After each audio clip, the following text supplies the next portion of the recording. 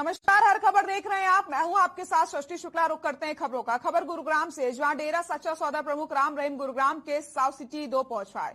आपको बताते चले, राम रहीम को 21 दिन की फरलो मिली है, जिसके बाद वो गुरुग्राम पहुंचा। 7 फरवरी से 27 फरवरी तक राम रहीम फरलो पर रहेगा। इस दौरान राम रहीम की सुरक्षा को लेकर के भारी पुलिस बल तैनात कर दिया गया है। वहीं राम रहीम को फरलो मिलने पर सीएम मनोहर लाल का भी बयान सामने आया है। सीएम ने कहा कि 3 साल की कैद काटने के बाद किसी को भी फरलो लेने का अधिकार है।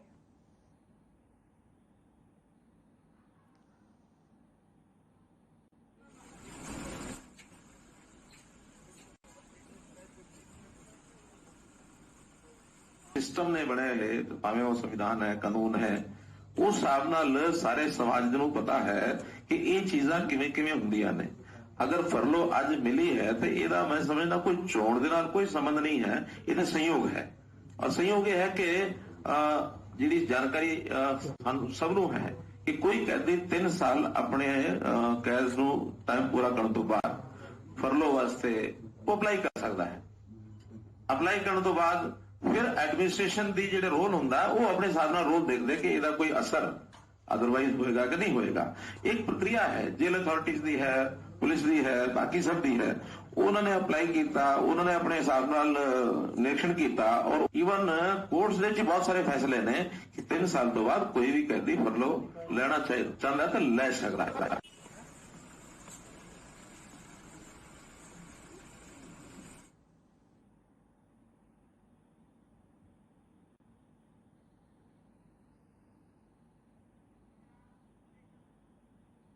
मुख्यमंत्री मनोहर लाल ने कहा कि साल 2014 के बाद लगातार बीजेपी का ग्राफ बढ़ रहा है। राज दर राज बीजेपी नियंत्रण आगे बढ़ रही है। उन्होंने कहा कि हरियाणा में भी पिछले 7.5 सालों में प्रदेश सरकार ने विकास के नए आयाम स्थापित किए हैं। तो वहीं राम रहीम की फरलो को लेकर के सीएम ने कहा कि फरलो पर जाना आम कैदी का अधिकार है, इसका चुनाव के संबंध में कोई मतलब नहीं निकाला जाना चाहिए। 13-14 तो बाद देश में जिस तरह बीजेपी का ग्राफ बढ़िया है, लगातार स्टेट बाय स्टेट अगे बढ़ रहे हैं। 10 साल असि सेंटर का भी जरा चोणा है वो भी हुण अगले चोण तो पहला पूरी होणगियां। और जेड़े राज पहला बीजेपी इन्हें विश्वास रखते सी उत्थे भी बीजेपी है ही है, लेकिन जी होर स्टेटा ने जिथे कदे भी बीजेपी आई नहीं, इन्हां 10 साल बहुत सारे स्टेटा बीजेपी च आई हैं। सिस्टम ने बनाए भावें वो संविधान है, कानून है, उस हिसाब नाल सारे समाज ਨੂੰ पता है कि ਇਹ ਚੀਜ਼ਾਂ ਕਿਵੇਂ ਕਿਵੇਂ ਹੁੰਦੀਆਂ ਨੇ। अगर फरलो अज मिली है तो ਇਹਦਾ मैं समझना कोई चोण ਦੇ ਨਾਲ कोई संबंध नहीं है, ये तो संयोग है। और संयोग ये है कि जी जानकारी सब नूं है कि कोई कैदी 3 साल अपने कैद नूं टाइम पूरा करने तो बाद फरलो वास्ते वो अप्लाई कर सकता है। अप्लाई करने तो बाद फिर एडमिनिस्ट्रेशन की जो रोल होंगे वो अपने हिसाब नाल रोल देखते कि इसका कोई असर अदरवाइज होएगा कि नहीं होएगा। एक प्रक्रिया है, जेल अथॉरिटीज की है, पुलिस की है, बाकी सब की है। उन्होंने अप्लाई किया, उन्होंने अपने हिसाब नाल निरीक्षण किया और इवन कोर्ट्स दे बहुत सारे फैसले ने कि 3 साल तो बाद कोई भी कैदी फरलो लेना चाहता है तो ले सकता है।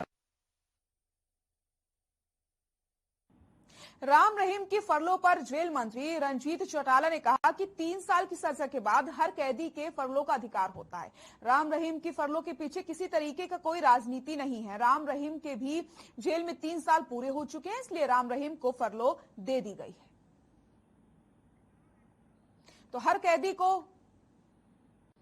फरलो लेने का अधिकार है और 3 साल पूरे हो चुके हैं, इसलिए उन्हें फरलो दे दिया। और जिस तरीके से इसको लेकर के अब राजनीति की जा रही है, तो इससे राजनीति नहीं करनी चाहिए। जेल मंत्री रंजीत सिंह चौटाला का बयान सामने आया है कि राम रहीम की फरलो पर जिस तरीके से राजनीति हो रही है वो राजनीति नहीं करनी चाहिए, बल्कि उनको पूरा अधिकार है और किसी भी कैदी का संवैधानिक अधिकार होता है। और अगर वो जेल में 3 साल पूरे कर लेता है तो वो फरलो ले सकता है। और ऐसा ही राम रहीम के भी साथ हुआ है। 3-4 साल उसने जेल में पूरे कर लिए, जिसके बाद उसे फरलो पर बाहर आने का मौका दिया गया और 21 दिन की फरलो पर वो बाहर आया है।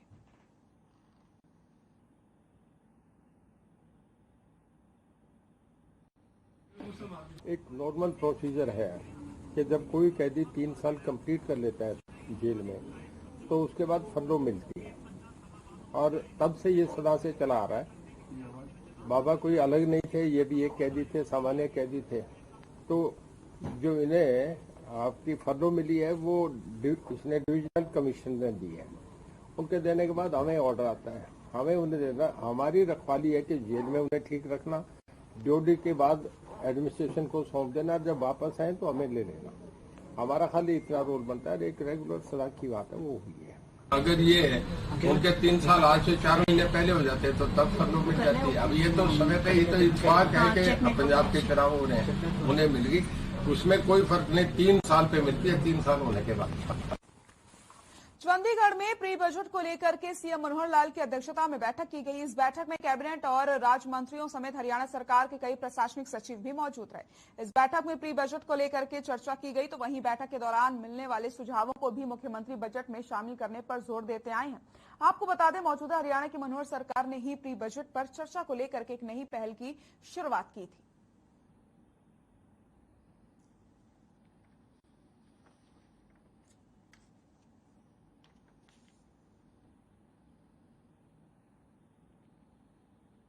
इनेलो सुप्रीमो ओपी चौटाला ने तो शाम की पंजाबी धर्मशाला में कार्यकर्ताओं की बैठक ली है। बैठक में उन्होंने इनेलो कार्यकर्ताओं से आह्वान किया कि कार्यकर्ता पार्टी की रीढ़ की हड्डी होते हैं और कार्यकर्ता ही पार्टी को आगे बढ़ाते हैं। तो वहीं उन्होंने कांग्रेस पर निशाना साधते हुए कहा कि कांग्रेस पार्टी ने साजिश के तहत मुझे जेल पहुंचाया, लेकिन कार्यकर्ताओं ने अपनी कठोर मेहनत से पार्टी को जिंदा रखा और पार्टी संगठन को और भी मजबूत बनाया। विपक्ष के लोग भी मानते हैं कि इंडियन नेशनल लोकदल पार्टी का संगठन पूरे देश में सबसे मजबूत है। इसके साथ ही उन्होंने केंद्र सरकार पर भी निशाना साधा। उन्होंने कहा कि एक लुटेरी सरकार है, देश का पूरा पैसा मुट्ठी भर लोगों के हाथों में चला गया है।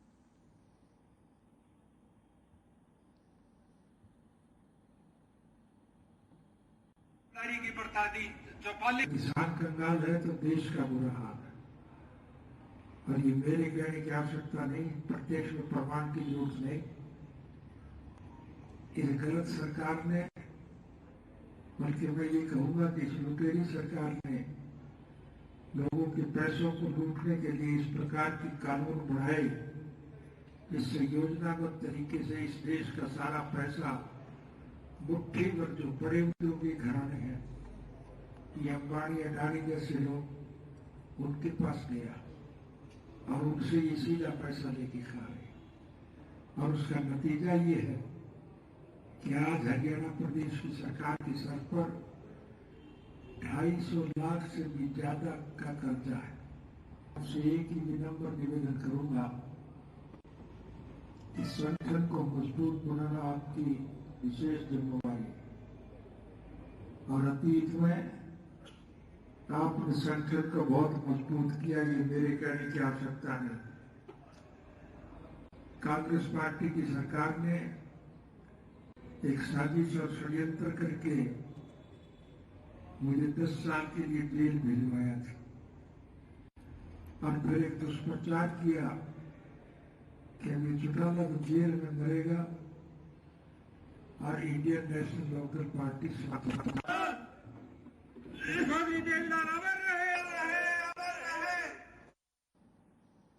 हरियाणा के पूर्व मुख्यमंत्री और नेता प्रतिपक्ष भूपेंद्र सिंह हुड्डा आज सोनीपत पहुंचे और सोनीपत रेस्ट हाउस में उन्होंने प्रेस कॉन्फ्रेंस करी। वहीं प्रेस कॉन्फ्रेंस में भूपेंद्र सिंह हुड्डा ने बीजेपी और जननायक जनता पार्टी के गठबंधन को स्वार्थ का गठबंधन बताते हुए कहा कि लूट मचवाने के लिए गठबंधन किया गया। उन्होंने सरकार पर निशाना साधते हुए कहा कि इस राज्य में प्रदेश बेरोजगारी और अपराध में नंबर 1 पर चला गया है। उन्होंने आगे ये भी कहा कि पंजाब, गोवा और उत्तराखंड में कांग्रेस सरकार बनाने जा रही है। उत्तर प्रदेश और मणिपुर में हम अच्छा प्रदर्शन करेंगे।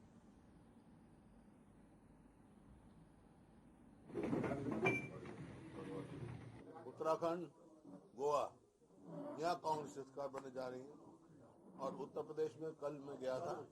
उत्तर प्रदेश में जो पहले स्थिति थी हमारी, बहुत बेहतर स्थिति कांग्रेस की होगी। लोगों का काफी रुझान कांग्रेस की है। तो इन 3 प्रदेशों में कांग्रेस की सरकार बनने जा रही है। पंजाब के बारे में क्या कहना चाहते हो? कांग्रेस की सरकार बनने तो पंजाब, गोवा, उत्तराखंड कांग्रेस की सरकार नहीं है। उनका तो इलेक्शन में ये था, एक 75 पार कर रहा था, एक दूसरे जमुना पार कर रहा था। अब दोनों यार बने हुए स्वार्थ में, काय समझौता होगा? अपने स्वार्थ की दोस्ती है उनकी, समझौता है। जो लूट में हिस्सेदारी का समझौता है, जो प्रदेश में लूट मची हुई है किसी से छुपी हुई नहीं है। सरकार को चाहिए कि एक एक नौकरी दें सारे परिवार को, जो शहीद हुए किसान, उनको जो शहीद का दर्जा देके वो उनका कंपनसेशन देना। चरखी दादरी जिले के जेवली गांव में एक युवक की पीट कर हत्या कर दी जाती है। दरअसल मृतक के पिता ने बताया कि उनका लड़का शराब के ठेके पर सेल्समैन का काम करता है, जहां पर कुछ लोगों ने उनके लड़के के साथ मारपीट करके उसकी हत्या कर दी। वहीं जांच अधिकारी ने बताया कि परिजनों के बयान के मुताबिक मामला दर्ज करके कार्रवाई शुरू कर दी है, जिसमें से 4 लोगों पर हत्या का केस दर्ज कर लिया गया है।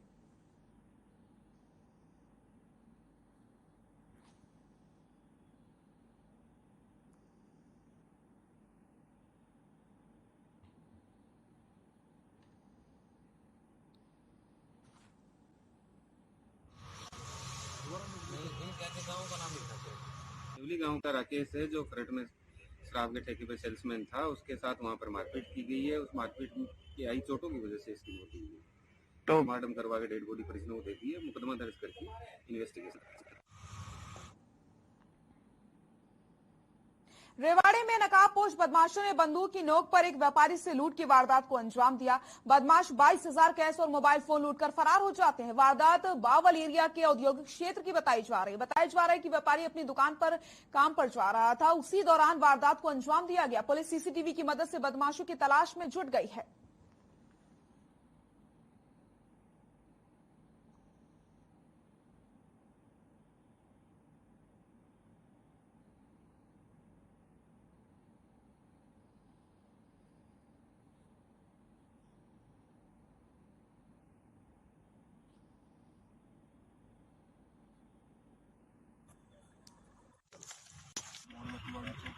बावल में अनाज मंडी के पीछे जो इंडस्ट्रियल एरिया है, वहाँ एक वारदात अभी हुई है। ये एक भाई हैं जो तिवाड़िया मोहल्ले से और अपने आते हैं अपनी शॉप के ऊपर। तो इनसे अभी कुछ मोटरसाइकिल सवार लोग थे, उन्होंने पैसे और मोबाइल इनसे छीना है। तो उसमें अभी इनका लेके इन्फॉर्मेशन और SHO Kasola, SHO Bawal, CI Rewari, CI धारवाड़ा, सारी टीम्स लगी हुई हैं और जल्दी ही करेंगे।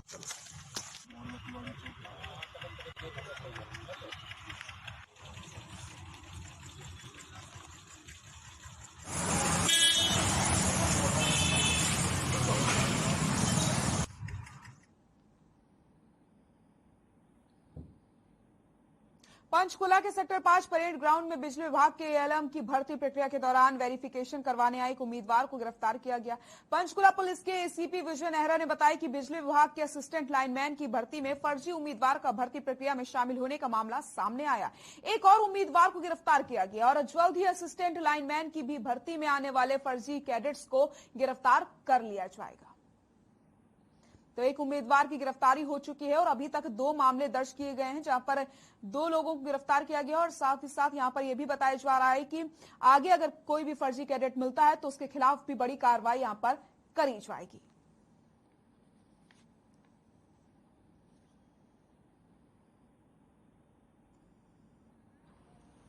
डॉक्यूमेंट वेरिफिकेशन कर रहा था ALM की भर्तियों के संबंध में। उन्होंने जो है अपने इसी क्रम में एक उम्मीदवार जो डाउटफुल उनको लगा उसको उन्होंने पकड़ा और पुलिस के हैंडओवर किया है। उस संबंध में बारीकी से पूछताछ करके जब ये सामने आया कि इस व्यक्ति ने खुद एग्जाम जो है रिटर्न कर नहीं दिया था और किसी अन्य व्यक्ति से दिलवाया था, ये सामने आने के बाद उस पर जो है मुकदमा दर्ज करके उसको गिरफ्तार कर लिया गया।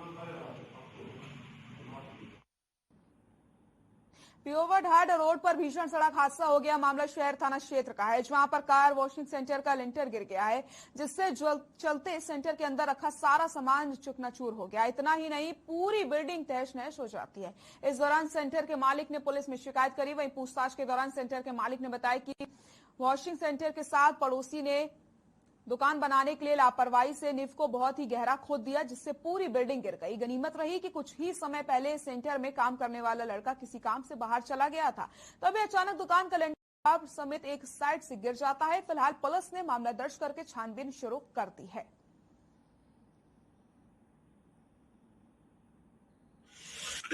मेरी दुकान यहाँ कैंची से आके डांड रोड पे अनुज वॉशिंग सेंटर के नाम से थी है। इसलिए मैं सुबह जब मेरे साथ में है जो जिसकी दुकान बना रहे नींव खोद रहे थे, उसका नाम है मनसाराम और ठेकेदार का नाम है रामदिया। ठेकेदार रामदिया को बोल रहा था मैं, आप नीम तो खुदवा रहे हो, मेरी दुकान गिर जाएगी। वो ठेकेदार साहब बोले नुका ऐसी नहीं गिरेगी, मैं इसका जिम्मेवार हूँ, गिरेंगे तो। मनसाराम भी था वहीं साथ में, वो भी बोल रहा चल मिस्त्री। मैं वहाँ से 15-20 मिनट बाद निकल गया। उस बाद अपने नौकर रोहित का फोन आया मेरे पास, अपनी दुकान गिर गई है। जब मैंने मौका पे आके देखा तो मेरी दुकान पूरी नीचे गिरी हुई थी, जो कि मेरा जो रोजी रोटी का सोर्स यही था। इसलिए मैं कितना नुकसान हो गया आपका? मेरा नुकसान सर, मेरा 12 या 10 लाख का नुकसान हो गया।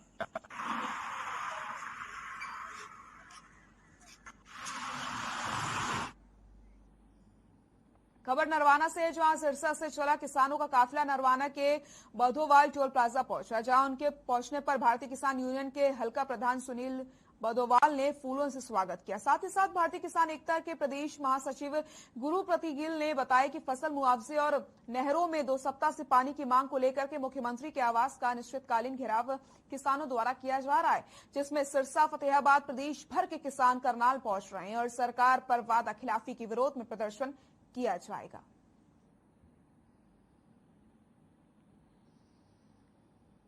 यहाँ पर स्वागत किया जा रहा है।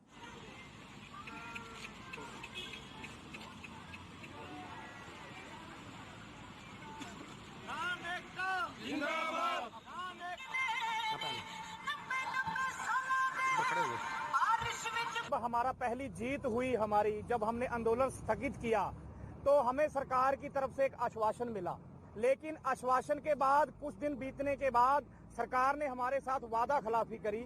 वादा खिलाफी में जो हमारे शहीदों के मुआवजे की बात थी, जो केस वापसी की बात थी, तो अब बहुत सारे ऐसे केस हैं जो वापस नहीं लिए जा रहे। मेन जो हमारा सिरसा का जो केस है, जो गंगुए की गाड़ी के ऊपर इनके सरकार के दलाल लोगों ने पत्थर मार के गाड़ी का शीशा तोड़ के और हमारे 5-6 जवानों के ऊपर एंटी नेशन का जो पर्चा दर्ज करवाया था, तो वो केस अभी तक इन्होंने वापस नहीं लिया। मौके पे हमारे सिरसा, भिवानी, फतेहाबाद, हिसार इस एरिया में गुलाबी सुंडी से जो फसल खराब हुई है उसके मुआवजे की मांग है, पेंशन जो कटी है उसकी मांग है हमारी। तो इन सब मुद्दों के ऊपर भारतीय किसान एकता के प्रदेशाध्यक्ष सरदार लखविंदर सिंह जी औलख और पूरी टीम जो सिरसा से, फतेहाबाद से, भिवानी और नरवाना से, जींद से पूरी जो हमारी टीमें हैं वो, और पगड़ी संभाल जट्टा जो हमारे मनदीप नथवान जी है और उनकी पूरी टीम, हम मिलके आज मोर्चा लग चुका है करनाल के अंदर। डाडम पहाड़ पर प्राचीन बाबा मुंगीपा के मंदिर की जगह पर ब्लास्टिंग रुकवाने के लिए डाडम गांव के ग्रामीणों ने एसडीएम को ज्ञापन सौंपा। इस दौरान ग्रामीणों ने खनन करने वाली कंपनी के विरुद्ध विरोध प्रदर्शन करते हुए नारेबाजी भी करी है। वहीं ग्रामीणों ने कहा कि ये प्राचीन मंदिर था जिसे खनन करने वाली कंपनी ने ब्लास्ट करके ध्वस्त कर दिया, जिससे ग्रामीणों की आस्था को ठेस पहुंची है। साथ ही साथ उनका ये कहना है कि अब दोबारा से खनन कंपनी ब्लास्ट करके उस जगह को पूरी तरीके से ध्वस्त करना चाहती है। उन्होंने प्रशासन से मांग करी है कि उनकी आस्था से खिलवाड़ ना किया जाए और खनन करने वाली कंपनी के खिलाफ ठोस कार्रवाई की जाए।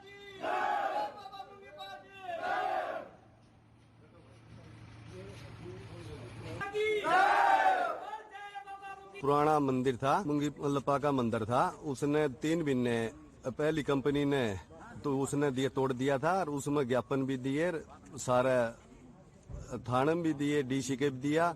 वो जांच होने लग रही है। उसके बाद में भी 2 दिन से कंपनी ने पहाड़ के ऊपर जो बाबा मुंगीपा की स्थापना थी उसके बाहर का भी सारा सौदा हला दिया। बम्बू ला रहा खोदड़ ने और उसके ऊपर बम्बू चलन ला रहा जड़ा आस्था थी उड़े। इस पर ठोस तो ठोस इस पर कार्रवाई होनी।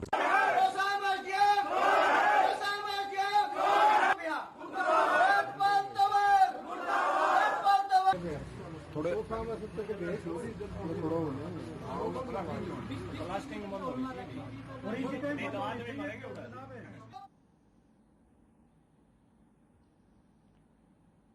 इंद्री के गांव दुसंग में दूषित पानी की निकासी न होने से नाराज ग्रामीणों ने प्रशासन के खिलाफ जमकर नारेबाजी करी। ग्रामीणों ने प्रशासन पर आरोप लगाते हुए कहा कि जोहड़ में भरे गंदे पानी की निकासी नहीं होने की वजह से सालों से ग्रामीण नरकीय जीवन जीने को मजबूर हो गए हैं, लेकिन किसी भी अधिकारी ने जोहड़ के दूषित पानी की निकासी का समाधान नहीं किया।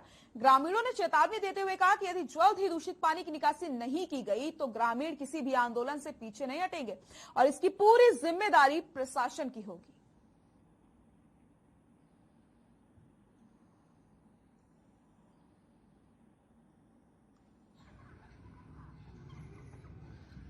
समस्या बहुत गंभीर है जी।